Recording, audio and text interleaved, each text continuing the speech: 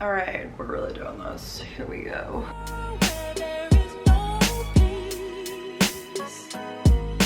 Hi guys, what's up? Welcome back to my channel. My name is Brooke. If you guys are new here, what is up? Today is going to be the one and only assumptions video.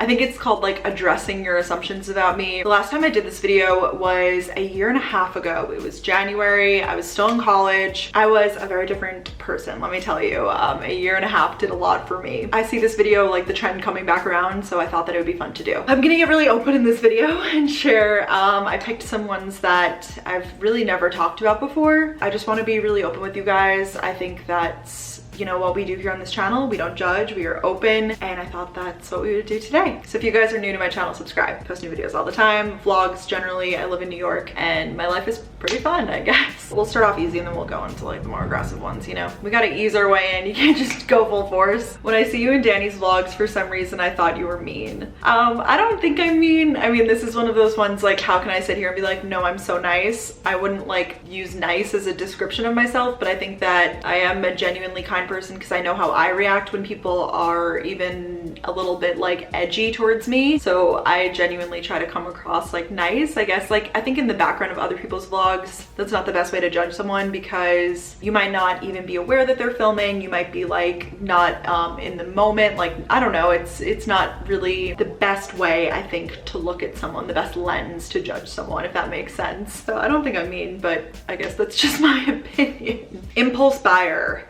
yes.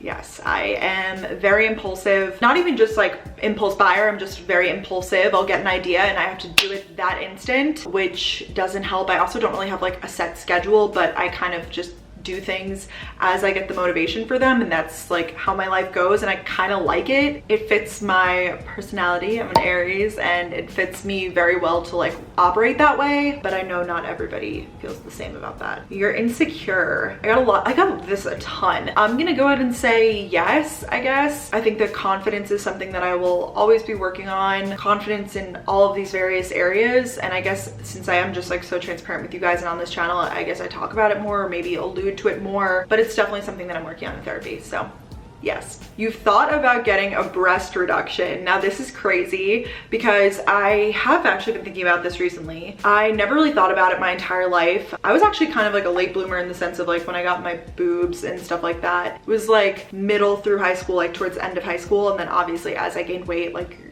my boobs grew too. I guess that's not the case for everybody, but that was the case for me. Yeah, I definitely think about it. It's not something I've actively researched, but it's something that I definitely think about. I'm wearing a sweater right now so you can't see, and I tend to wear shirts and stuff that hide my boobs. I'm not a very showy person in that sense. I don't really like on me like the look of the crazy low cuts and stuff if I'm not like going out, which I'm not really going out because it's a pandemic. Yeah, I'm just not the biggest fan of them anymore. I think in college and like even, I don't know, like they can be fun and stuff if you show them off and whatever. Now I'm just like really not into it. So yeah, I've definitely thought about it. It's not something I've actively thought about, and I'll keep you guys updated on that. I don't know. It's so crazy. Like we live in this world where it's like some people are here, you know, saying that they want more like bigger boobs, like they want a boob job, and then some people are like me and like they just have naturally bigger boobs and like they, you know, want a reduction. Like it's a weird thing that we're like trying to like meet whatever's like trendy, but in my case I just genuinely feel like they just get in the way, and I feel like I can't wear certain outfits and they're just annoying. You're a virgin.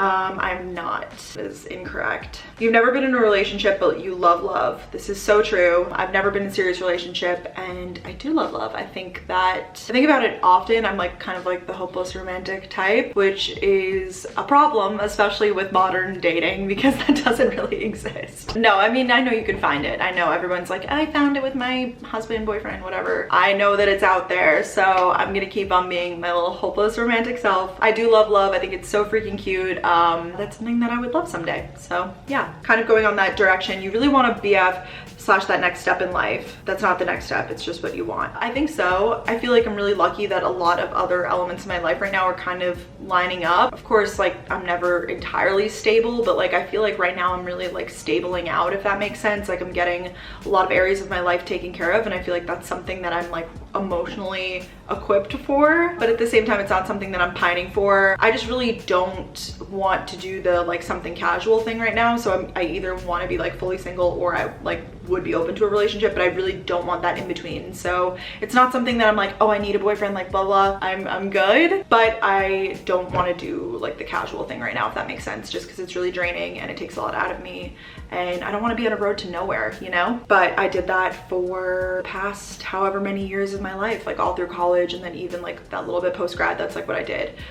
So nothing against that, but I just feel like right now I want like either all or nothing. The way that I think about it is that I'd rather be alone on my couch than be with someone that I don't want to be with, or that it's not really going anywhere, or that it's only for a hookup or something, which is fine. You know, everybody wants different things, but I would literally rather be on my couch watching Dancing with the Stars or The Bachelor than go out and socialize and force myself to do these things if it's not going to go anywhere. That's just my thought process now, and everybody's different. Your parents help you financially more than you make it seem. They don't. I had a pretty privileged upbringing for sure. My dad was a firefighter and my mom was like probably the breadwinner of the family. She still does sales, but my parents had me at 27, so they were like pretty young in their careers and everything, and they definitely like worked their way up, and my mom works so freaking hard to provide for our family now, and my dad is retired. So currently they do not help me at all. I pay for everything on my own. What they do pay for is my car, but it's not like technically my car anymore, it's a family car because I live in the city and I don't like have a parking space here or anything. They definitely helped me so much along the way, so I think that's why I'm able to be where I'm at right now. In terms of they helped me pay for my education. They didn't pay for all of it, but they paid for some. They paid for like my rent and all that stuff throughout school, and all that time I was able to save, and then I was able to graduate and I started paying for stuff on my own,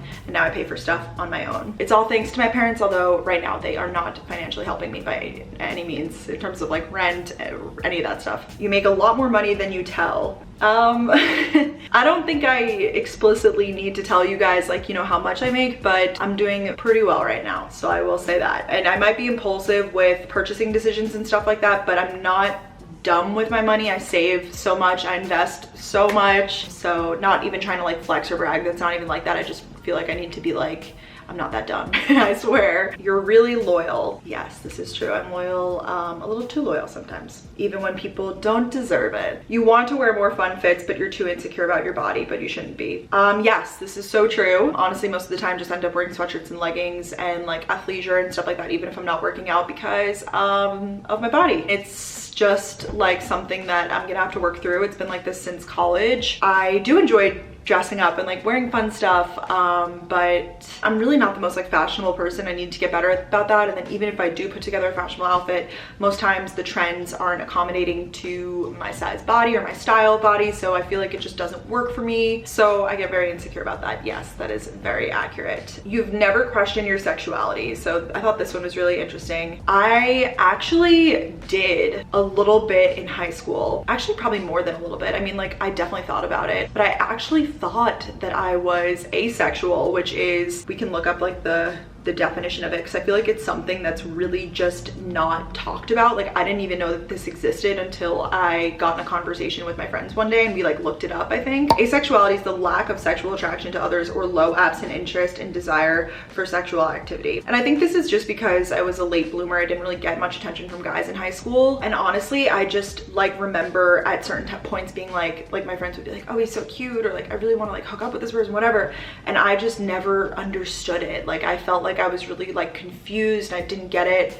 But I think it's just because I was a late bloomer and I didn't really start doing that sort of stuff until college, because then that was like totally erased and I was like, nah, like I do really like guys. But I think that it's normal to question that, especially if you are a late bloomer. And I feel like that's like being asexual is something that's just like not talked about at all, and it's something that's like very, very real. But yeah, like I said, then I got to college and like figured it out and stuff. But it was definitely, I remember like one time specifically in high school, I like looked it up with my friends, and then I told my parents, I was like, I think like this is what I am, because I had no attraction towards like any of the guys that I knew. I just wasn't interested in pursuing those sort of things, and like I genuinely thought I was for a little bit. But I think it's just, like I said, I was a little bit of a late bloomer, which is more than okay too. You are so much more at home in New York than Boston, but post-grad life is still really hard. Completely true. I think this just phase of my 20s is just tough. It's just tough in a lot of different regards. I'm so privileged, I guess, in the sense of like I have some stuff in line, but I still feel a little weird sometimes. At the end of the day, I do feel so much more at home and at ease here than I did in Boston. I just feel like I fit in more.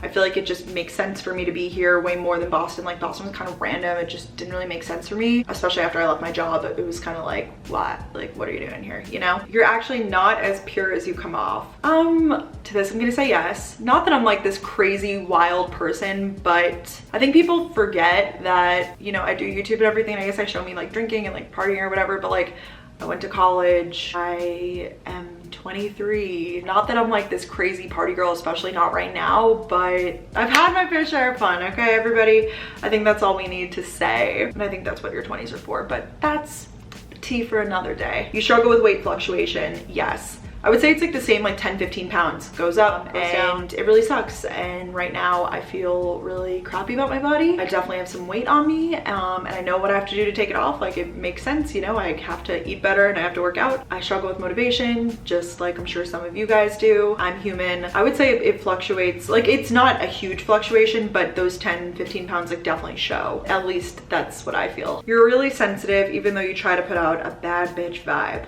Yes, I'm very sensitive. Working on that also in therapy.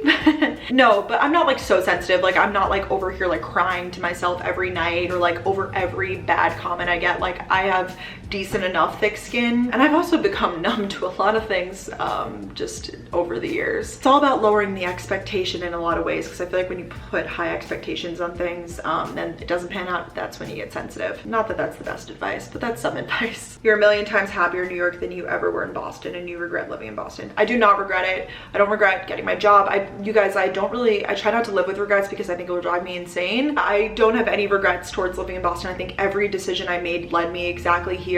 And I don't think that if I moved to Boston and took that job that I would be here right now, in a very, very strange way. I think that everything has its purpose and reason and season and all of that jazz. So I am very, very grateful to be here now. I also got some like assumptions, I guess, about you regret moving to New York and stuff like that, and those are not true. I am very happy to be here. And I think that's gonna be it, you guys. You guys sent me some of the hard ones. I didn't read all of them, but if you guys want to see more videos like this, I definitely want to do like more Q&A styles, opening up, whatnot. I think it's fun to sit and chat with you guys and switch it up from the vlogs a little bit. I love you guys also so much. Be sure to subscribe, follow me on Instagram to be a part of the next one, because that's where I got everything from. And I'll talk to you guys all again super soon. Bye, guys.